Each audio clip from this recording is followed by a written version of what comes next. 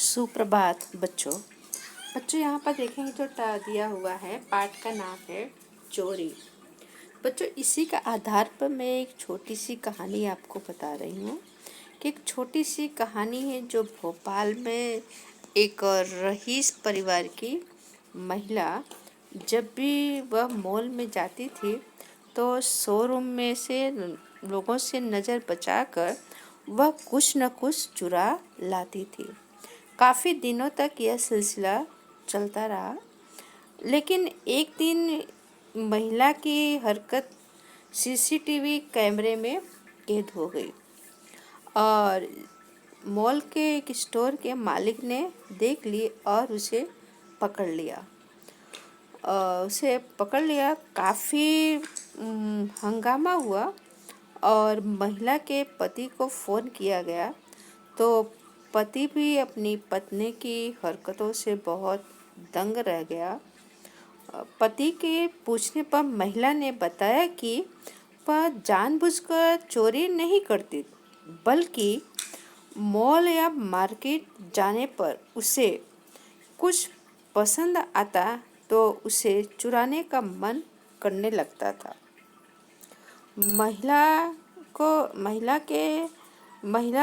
जो परिजन थे, जो परिवार के लोग थे, भोपाल के एक साइकोलॉजिस्ट को दिखाया तो पता चला कि उससे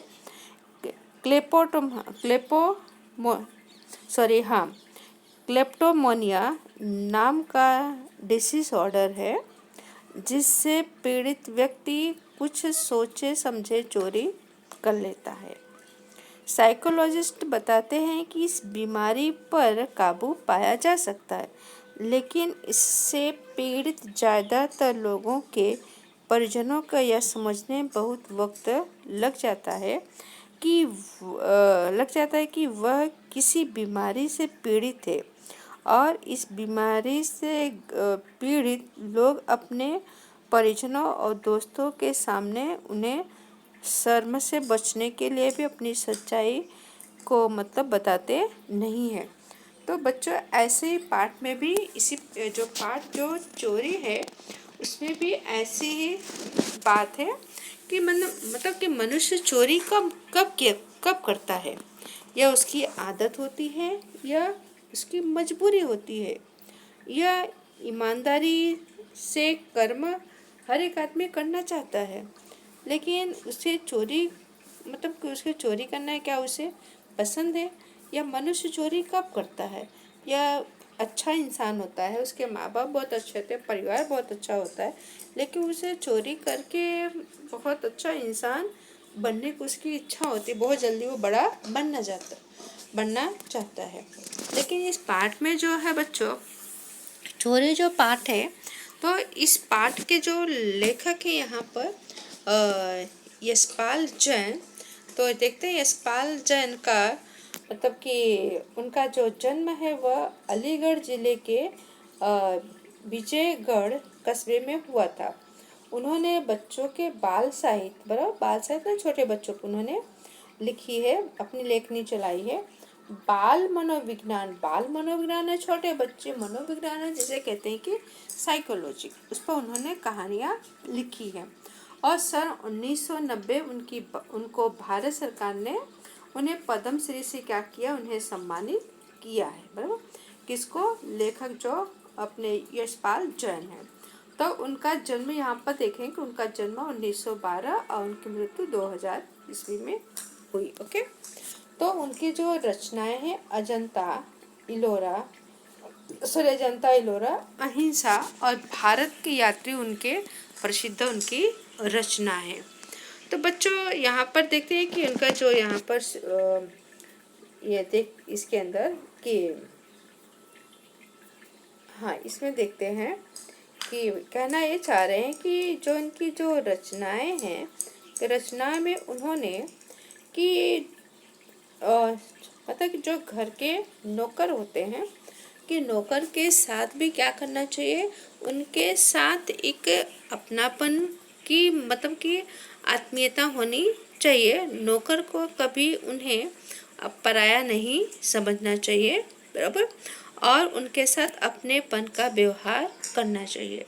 जब अपनेपन का व्यवहार होता है तो नौकर लोग घर में से कोई भी वस्तु की चोरी नहीं करते। लेकिन जहाँ अपनापन नहीं होता तो वहाँ क्या होता है, मतलब कि छोटे बच्चों में या बड़ों में, छोटे बच्चे में खाने पीने की चोरी करेंगे। जो बड़े होते हैं और तो उन्हें अपने मनपसंद की वस्तुएं या नहीं मिलती तो वो चोरी करते हैं, बराबर। तो हर एक आदमी चोरी कब करता है, जब उसको चीज़ उसको उपलब्ध नहीं हो पाती है। तो इस पाठ में ऐसे ही बताया गया है। तो यहाँ देखते हैं कि नौकर हमारे परिवार का क्या है, अंग है, अंगाने तरह का हिस्सा है और उसके साथ आत्मीयता व्यवहार करते हुए स्वीकार करना चाहिए।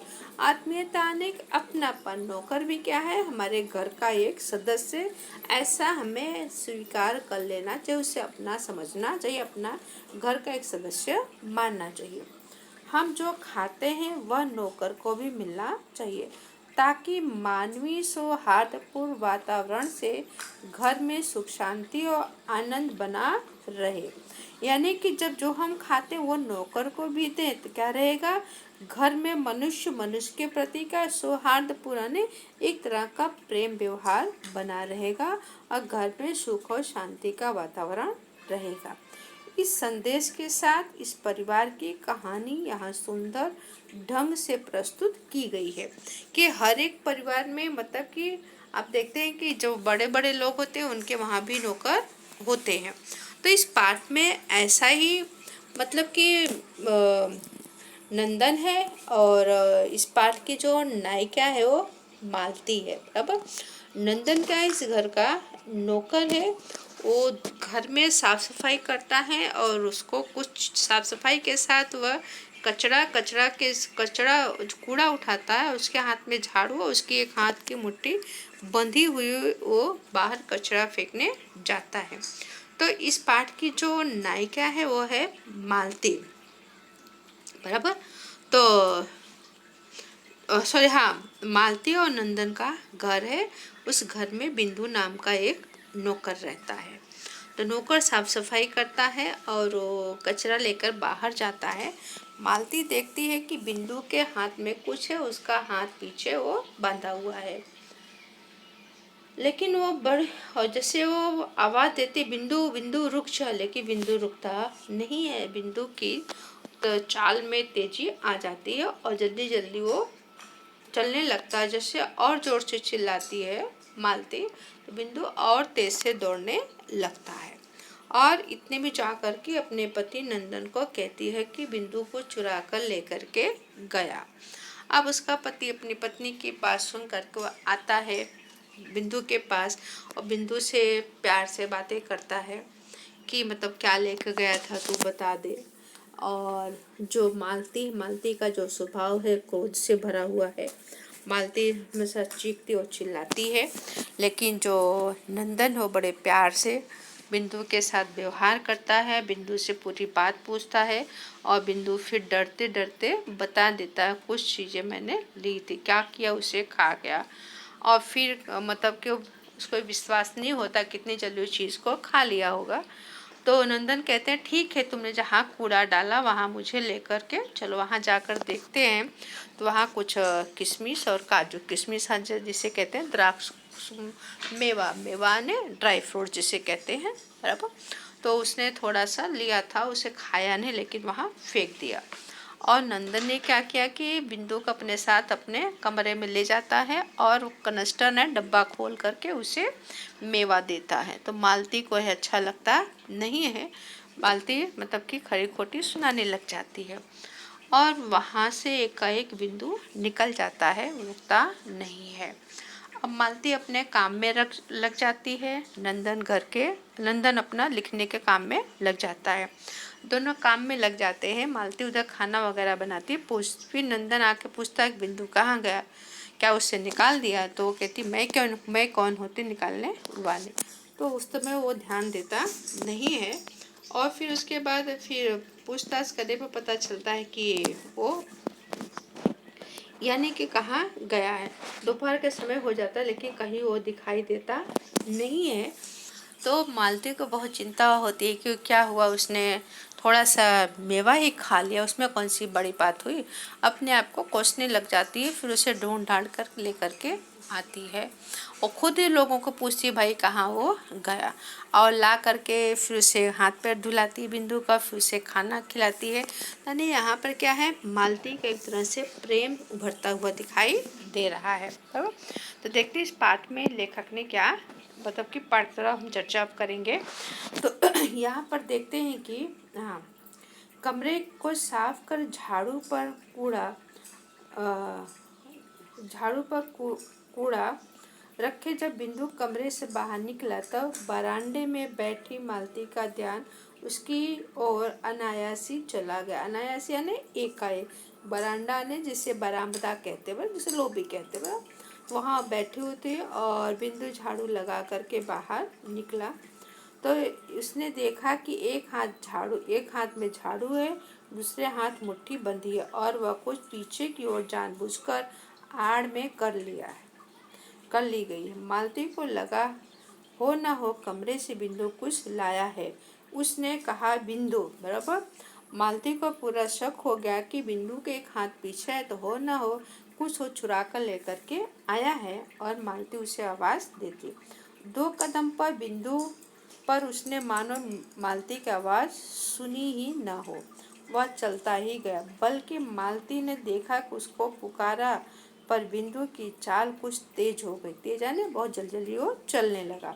गुस्से में भर कर उसने कहा बिंदु, ओ बिंदु, ठहर, कहाँ जाता है। अने जैसे मालती इतने जोर से कहा बिंदु, ओ बिंदु, ठहर, ठहरा ने रुक जा, तू कहाँ जा रहा है, बराबर। इतना कहना था कि बिंदु तो दौड़ने लगा और वह गया। मालती के संदेह की पुष्टि के लिए यह सब काफ़ी था। अनेक उससे पुष्टि आने, उससे पूरी तरह से उससे विश्वास हो गया, संदेह आने शंका।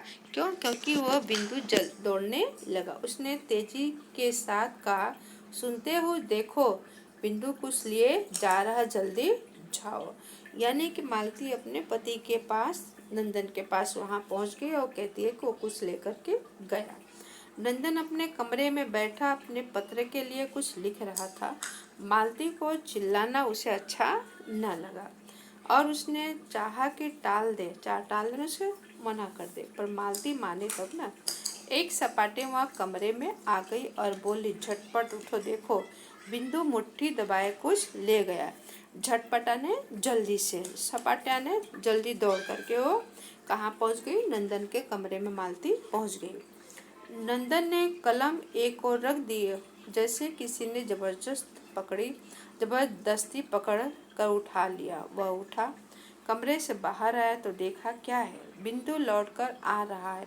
एक हाथ में झाड़ू है, दूसरा रीता ने दूसरा हाथ खाली है, दूसरे हाथ में कुछ है नहीं। एक हाथ में क्या है, झाड़ू है, दूसरा हाथ क्या है, वो खाली है और नीचे लटका है। उसे देखते मालती उबल पड़ना ना मुहावरा है, बहुत गुस्सा होना। क्यों रे बिंदु के बच्चे, मैं गला फाड़ती रही। गला फाड़ना ने मुहावरा है, जोर जोर से चिल्लाना। तो रुका तक नहीं, बोल हाथ में क्या ले गया था। बिंदु का चेहरा फक हो गया। चेहरा फक होना ने उसका चेहरा मतलब कि चेहरे का रंग बिगड़ गया, बराबर।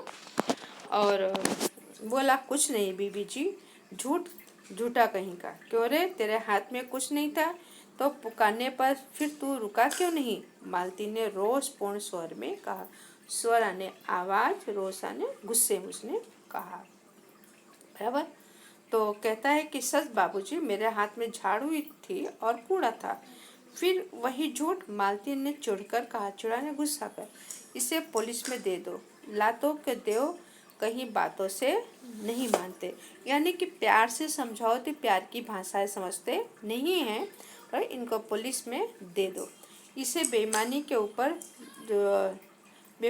ऊपर घर छोड़ रखा है, इसलिए कि चीज़ें उठा कर ले जाए, ऊपर से झूठ बोले। यानी मालती को गुस्सा आता है। मालती बिंदु को कहाँ पुलिस को सौंपने की बात करती है, बराबर, कि झूठ बोलता है और मालती को यकीन नहीं होता है।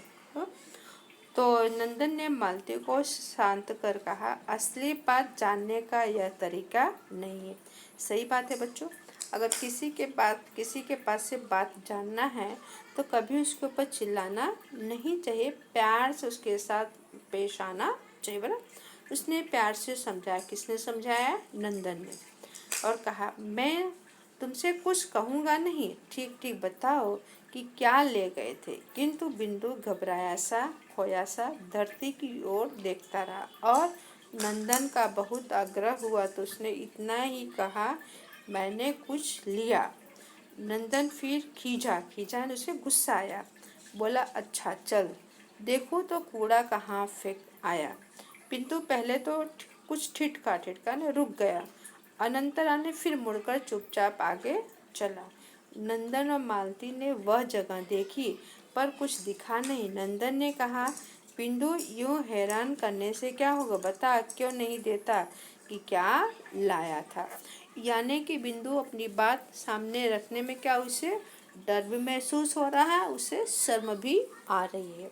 तो बच्चों के छोटे बच्चों के साथ मतलब कि छोटे बच्चे अगर चोरी करते हैं तो उनके साथ प्यार से पेश आना चाहिए। और कभी भी आदमी कोई भी वस्तु लेता, जब उसको पसंद आ जाती है, उसे मिलता नहीं है, तभी क्या होता, तभी मतलब कि लोग चोरियाँ करते हैं। तो बच्चों आज हम इतना ही करेंगे और आपको शब्दार्थ इस पाठ के जो मुहावरे वो लिख करके भेजूँगी, आप अपने नोट में अच्छी तरह से लिख डालिएगा। Thank you.